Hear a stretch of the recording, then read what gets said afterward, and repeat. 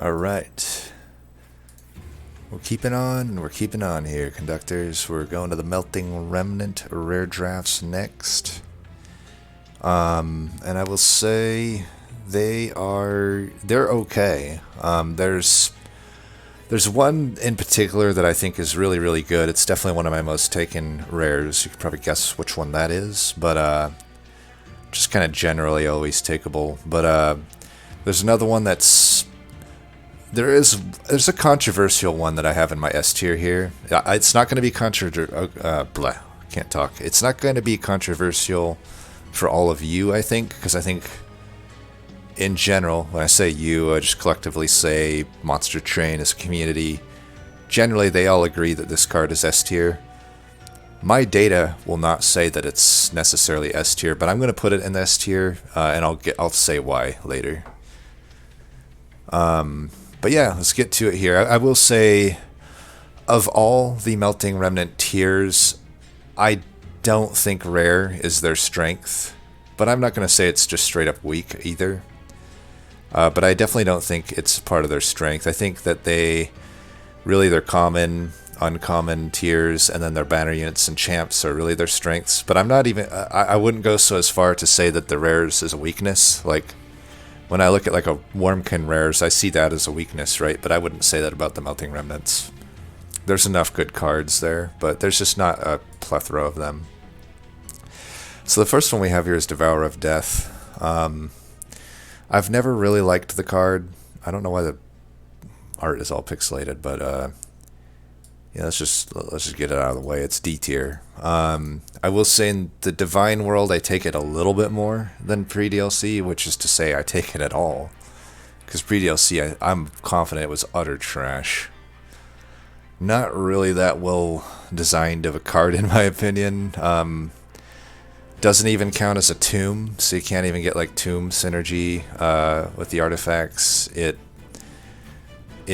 doesn't maintain its shards on death, so it's not even that good of like a replayable card. So it, as a card, utterly useless. If in a world, a pre-DLC world where infusions aren't a thing, essences aren't a thing, hands down one of the worst cards in the game. I think could be contender for worst card in the game. Post DLC, I'll say this: at least it has a good essence. And for that reason alone, I'm not going to make a new tier below tier D for it. That's basically all it earns you, Devourer of Death, because you're still pretty damn useless. But I'll give it credit. Sometimes you just need 15 AoE damage to the floor. And this will do it. Now, granted, it's on death, so you had to have something that's going to die each turn to really make use of that, but that's not necessarily a hard thing to do, right?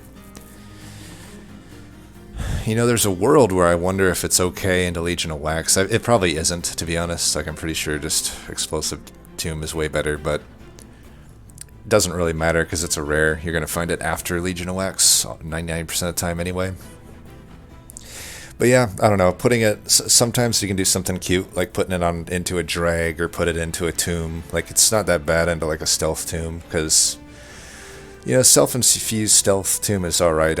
It's kind of win more if you're on endless, though. Like, it might be nice just to have some extra AoE damage to protect your pyre in those cases. So I'll be honest, like, the essence almost is worthy of bumping it to the C tier, because it's not a bad essence, but I just don't really use it that much. It is one I could be willing to be convinced on is actually better than D tier, simply because of the essence, though. But you'll never really be able to convince me that the unit itself is anything more than useless.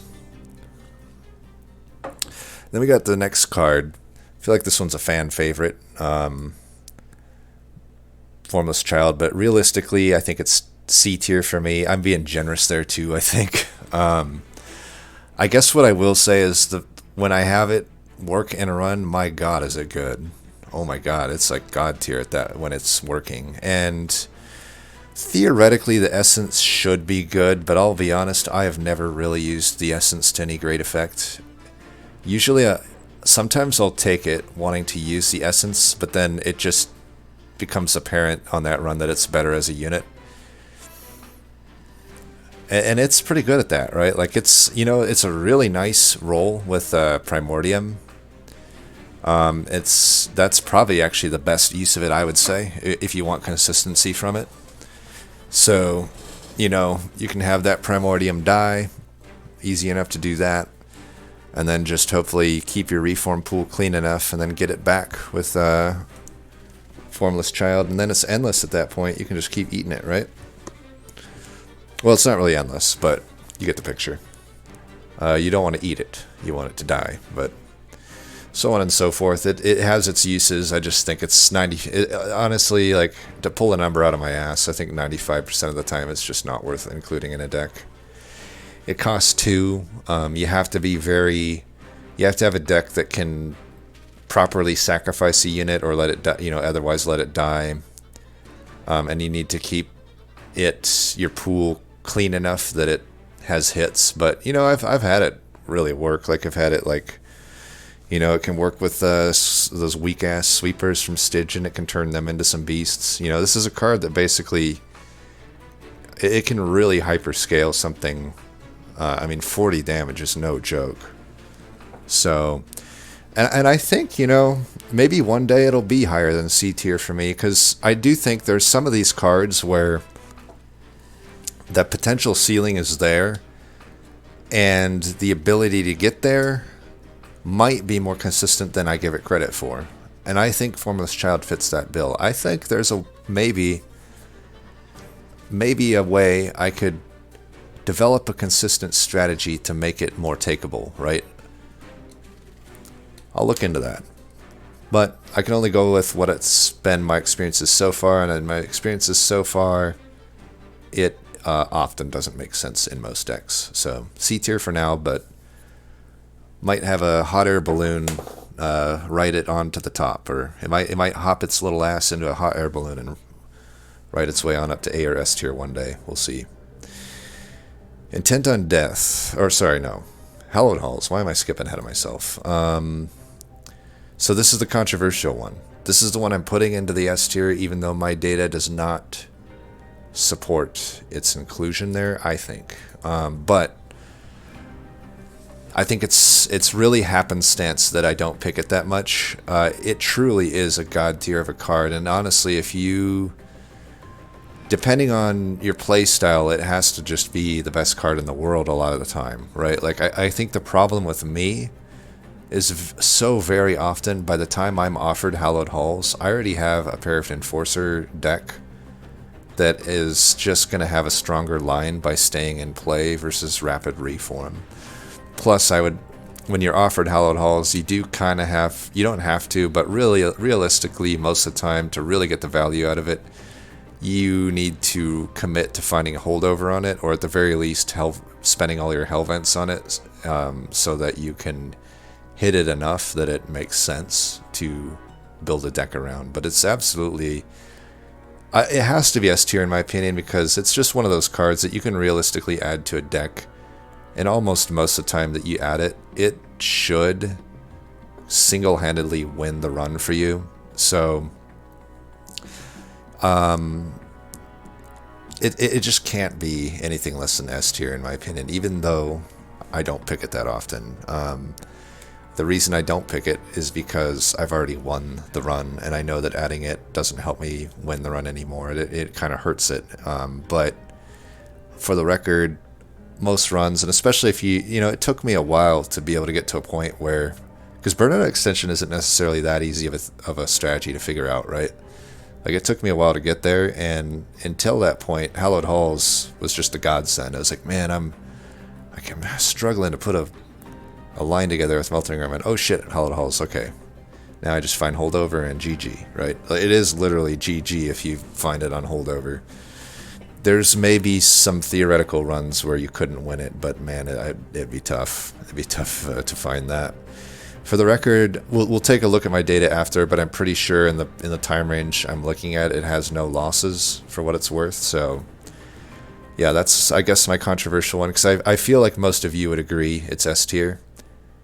In my eyes, I was like, I don't know. Like, there is that thing in the back of my head that's like, well, if I don't have to take it most of the time, is it really S tier?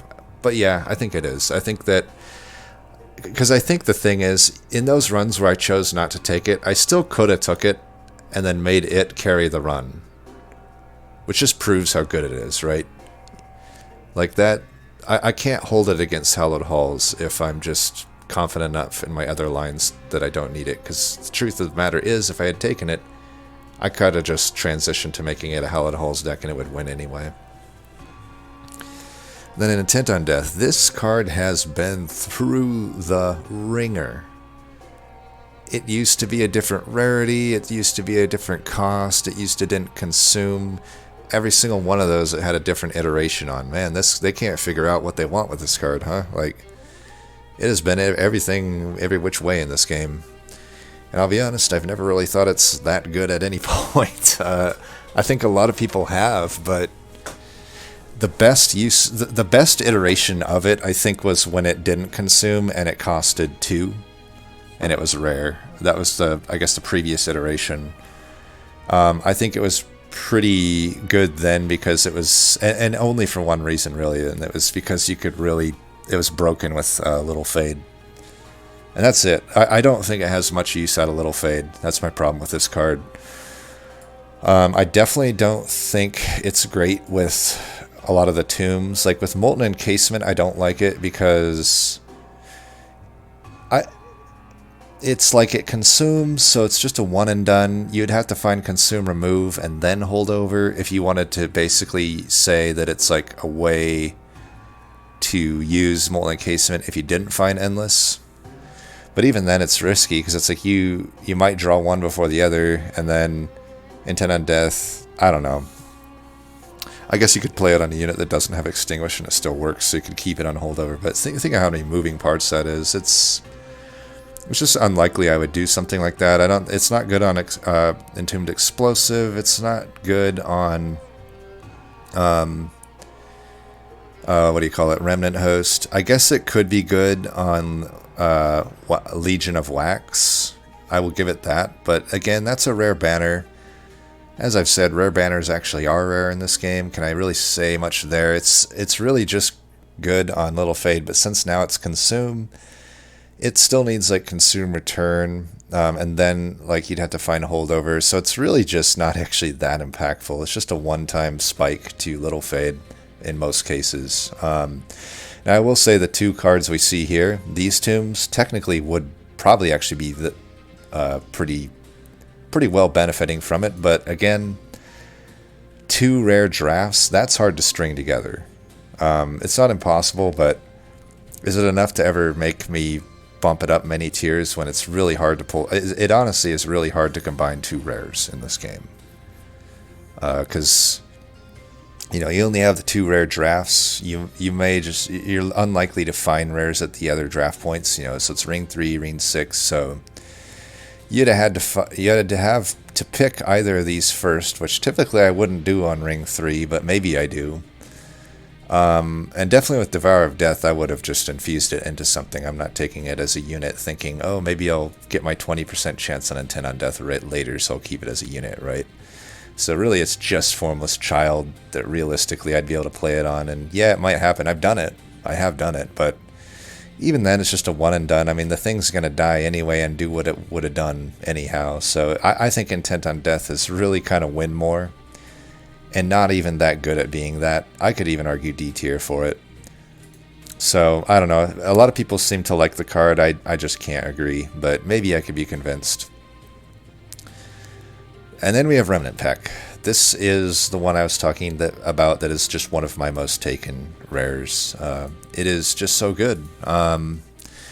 Endless is a great upgrade, especially in this clan. There are kind of 3 clans, maybe 4 clans that really benefit from Endless. Well, we'll say fuck. Every clan basically has something that benefits from Endless, okay?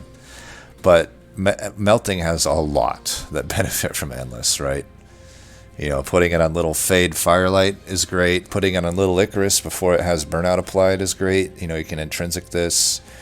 Putting it on, like, say, looking at that one, the tournament game that I had, I basically intrinsiced it so I could make one of my Bounty Stalkers endless, so I could hyperscale it. and then just have the other one gaining burnout. You know, that's an incredible play. Lot of uses for this. You can put it on Primordium, and then whether it dies, whether it gets eaten, it doesn't matter. It will come back. It's incredibly powerful with Primordium. Super high roll there. It's like Wretch, but better in that case. And great with fucking Hellhorn, Imps. Am I right? Endless Imps, anybody? Could be okay.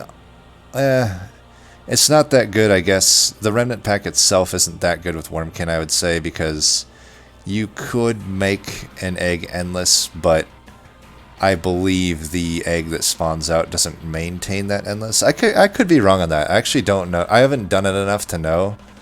It might actually keep the endless. If that's the case, we'll just say it's good, but it doesn't really change the fact that it's just an S tier card. Potentially God tier, but I'll leave it an S. It's just so good. Oh, and you can put on a Titan Sentry too. You know, just every clan has something for it. So yeah, not much more to say about it other than it's just super, super good. I'll take it outside the clan too. You know, this is one of the, it's a tome, so you can get it at a cavern. It finds its way into other combos. And then we have Sac Res. Here's a card I would never say it was that good, but I feel like it was a little bit better pre-DLC. You know, I had a little bit easier time having decks that can make use of it, and the specifically the draft that came out was pretty useful in those. But you know, for whatever reason, I just don't find myself needing it in the DLC. It rarely makes sense for my decks in the DLC, and even when I take it, I didn't need it. There might be 1 or 2 runs total since the DLC dropped where this was actually a relevant card for me. So I can't really give it anything other than a D tier. But for the record, in a vacuum, I don't think the card is bad. I think it's a pretty good card in a vacuum. It's happenstance, right? Like it has a weird interaction with when you consume units, where it adds them basically as a dead unit to the reform pool, which in rare cases is an advantage. I would say in most cases it's a disadvantage in my opinion, especially when you're needing random reform either through primitive molds, dark calling, sacred wicks, or even something like formless child. So I don't know. I don't love that aspect of it, but for the record, you can do some shenanigans with it. Like in really rare cases, you can do something like have it kill a consumer of crowns in your hand. You know, you could permafrost this sacrificial res to set that up, or a glug, not a glug cider. It still needs extract, but like a shadow siege. You can do it for shadow siege. Make it, and because remember, when you reform a card, it's 0 cost, right? So you basically kill them in your hand when they never would have been able to get played out, and then you can do that. It's pretty damn rare, though. We're talking some real chicken egg there, right? Are you really adding a consumer of the crowns to your deck, hoping for a sac res? Same with Shadow Siege. Not unless I'm memeing. Not unless I'm memeing. If I'm being serious about a game, I'm never gonna do that. But you know, whatever. It's D tier for now, but it's not a bad card. And I do think maybe, depending on playstyle, you could actually consistently make it work, but not worth the headache in my opinion. And then we have Wax and Spike, one of the many X-cost cards in the game that don't care about what its X-cost effect is, in my opinion at least. Technically, you could actually, unlike something like a Mind Collapse or Event, you could actually technically benefit somewhat from having a huge Embers poured into it, but I find that's pretty damn rare. Really, what it is it's a shittier Hallowed Drippings, which still leaves it in the B tier, especially the fact that it's really one of your only options at Burnout Extension past the first 2 ring rewards, right? You know, all your Burnout, all your just vanilla Burnout Extension bread and butters are found in the first 2 rings and nothing beyond that. You know, you're basically down to Lady of the Reformed at that point as your only Burnout Extension other than Wax and Spike. So really, if I add Wax and Spike, I'm never adding it as a as a scaling my damage type option. I'm adding it to add just burnout extend, right? It has the downside though over Hallowed Drippings because it has one less burnout. Not really that big a deal, but the main thing is that it applies burnout to every unit instead of just the burnout units. That can be a downside. That can definitely be a downside. For that reason, it's not always a downside. Sometimes it is. But sometimes you just have to bite the bullet and do that anyway. Or alternatively, it could just be that you need the burnout for Relentless. And in that case, it's pretty fine just to permafrost the thing. Or alternatively, you could consume remove it or consume return it. And then you can just play it enough that even though it added burnout to your non-burnout units, it hopefully just won't end up mattering, right? You can just keep the burnout going. So, yeah, it's not a bad card. For the record, I've never thought this is a bad card, even the old iteration, because, basically the rework brought it. The only thing it changed is it took it from Burnout 1 to Burnout 4. I do think in the current DLC world, Burnout 4 is way better than Burnout 1 would be, but for the record, way back in the day, like old school Melting Remnant, when reform, like rapidly reforming was king, Wax and Spike was an okay card at Burnout 1, because Burnout Extension was significantly nerfed back then, but now, and back then, just adding Burnout 1 to your units was a nice way to get them dying, because you wanted them to die ASAP so that you could rapidly reform them, right? So I've never thought it's a bad card at any iteration. I think it's a cool card because it's evolved with the times to still be good, right? Never would I ever say it's great, though. Like, it needs to do more damage for X to really shine, in my opinion. I guess maybe the damage is fine, though. I guess my problem, though, is, like, often I'd want to double stack it. Double stack it to get that burnout double stacked, or consume remove it. Both those cases, it makes it, the actual X cost effect gets worsened, so, it is what it is. But, yeah, that's Wax and Spike. I do, for the record, hate, though, that it shows up in the Cavern event when you're not Melting Remnant. That's like, why would you ever want that spike to show up? Because Wormkin Spike doesn't show up for other clans, so to me, Waxen, it should still show up in Melting Remnant for that event, and I think Wormkin Spike should also show up when Wormkin is there for their, for that event, if they're the clan you have, but not always show up, just an option to show up, but then alternatively, I think when you're not those clans, it shouldn't show up. It's bullshit when that shows up. So, just a little tidbit there. And we got the final one, Wickless Recruitment. This is the toughest one for me to evaluate because my take rate almost suggests that it is an S tier card, but I couldn't quite put it in S. I give it A. It's a weird card, right? Removing the burnout is sometimes good, a lot of times not. But, you could permafrost it and it becomes a relentless solution. What's better than burnout extension? Sometimes just removing that burnout. But for the record, that would obviously not be good if you had Paraffin Enforcers, right? You would want them to keep their burnout. But if you have something like a Fade's First Blade, on the other hand, this is a weird one because it's pretty good to remove the burnout in that case. If you weren't aware of that interaction, the artifact Fade's First Blade gives you, 3 stacks of rage every time a burnout ticks. But the way Wickless Recruitment works is, since it removes all your burnout, for every burnout stack removed, it'll give you 3 rage. So it's like a way to just spike your rage, and it ends up being a pretty good scaling card at that point. I may even go so far as to say it's one of the higher rolls for this card. But even outside that, it has general usability against particularly Seraph the Patient to remove that melee weakness. And also Amber Drain decks. It's a way out of Amber Drain if you didn't have perils. You can play your Furnace Taps, your Void Bindings, and then if you have a Permafrost or a Holdover on the Wickless Recruitment, you can just play it right on your unit and remove the burnout right then and there. Or in a lesser case, if you couldn't find either of those upgrades, just eventually, whenever you find Wickless Recruitment, you can remove the Ember Drain.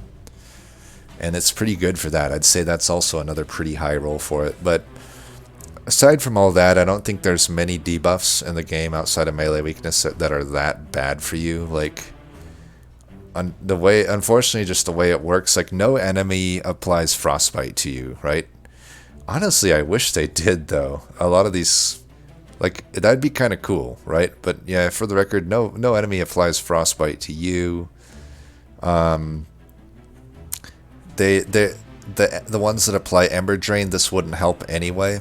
It's not like the Ember Drain just gets applied and then it goes away before you could ever play Wickless Recruitment. So the actual debuff removing portion is often kind of weird. Because there just doesn't happen to be that many debuffs in the game that are that impactful to you. Even daze, like if they strike you and daze you.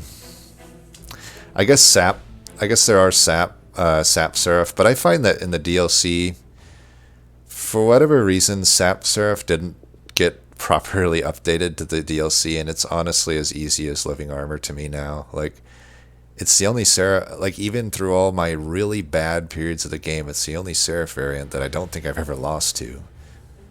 Patient is pretty easy too, but I've at least lost a Patient I know at least once. It was like a moment for me, but definitely Temperament. Like, the sap just it didn't scale up with the DLC. You don't actually get sapped enough to have it matter that much, in my opinion, but, you know, maybe sometimes it would.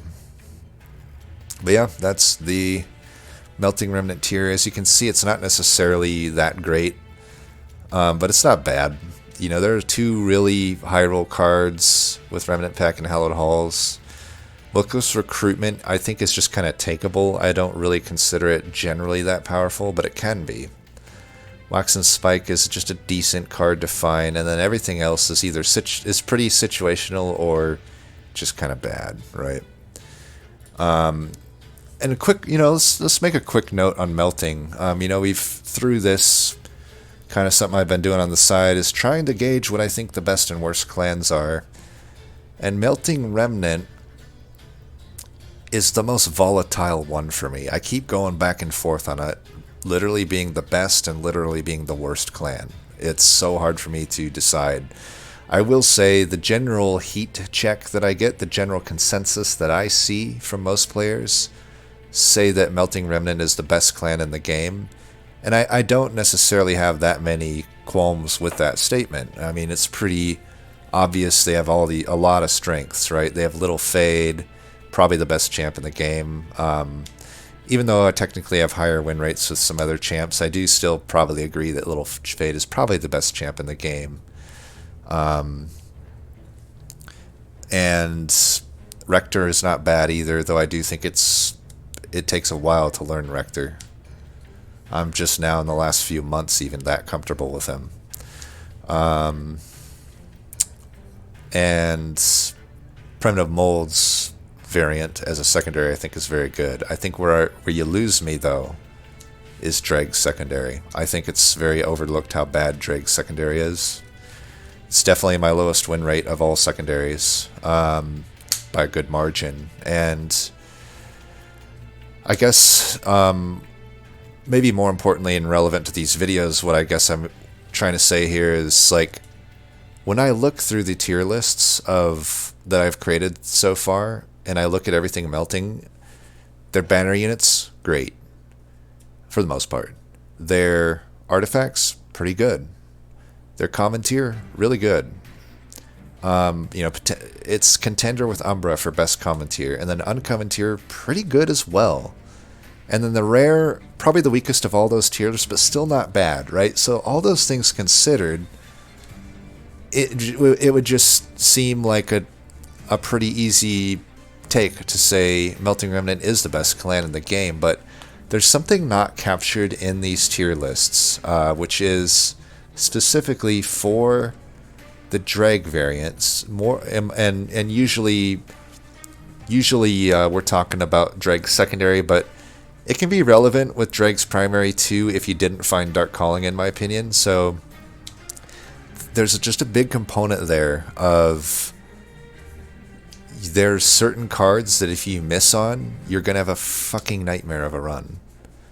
You know, if you don't find a Hallowed Halls, if you don't find a Molded, if you don't find a Wicked Blaze, you might have a very, very cursed run. You might find a Wicklash, but let's say you can't intrinsic it, you can't hold it over. That's a risky play if that's your scaling option, right? 2 burnout, you have to play it. You got to find another burnout extender. You know, what if you didn't even find Lady of the Reformed on top of that? Like, you can be pretty fucked with Melting Remnant secondary dregs. And I don't think it's that unlikely for those scenarios to come up. Evidenced by it's not just me either. Like, I'll do a big, deep data dive again if people are interested. You know, I still have players send me data from time to time, and by far, Dreg secondary for everybody does not perform well. I'm very adamant that I think Dreg secondary is very overlooked for how bad it is in every combo. There's not a single combo where you would say, "Ooh, yeah, I want to do Dreg secondary," right? You just don't. But yeah, let's do a quick, at least look at the data for these cards.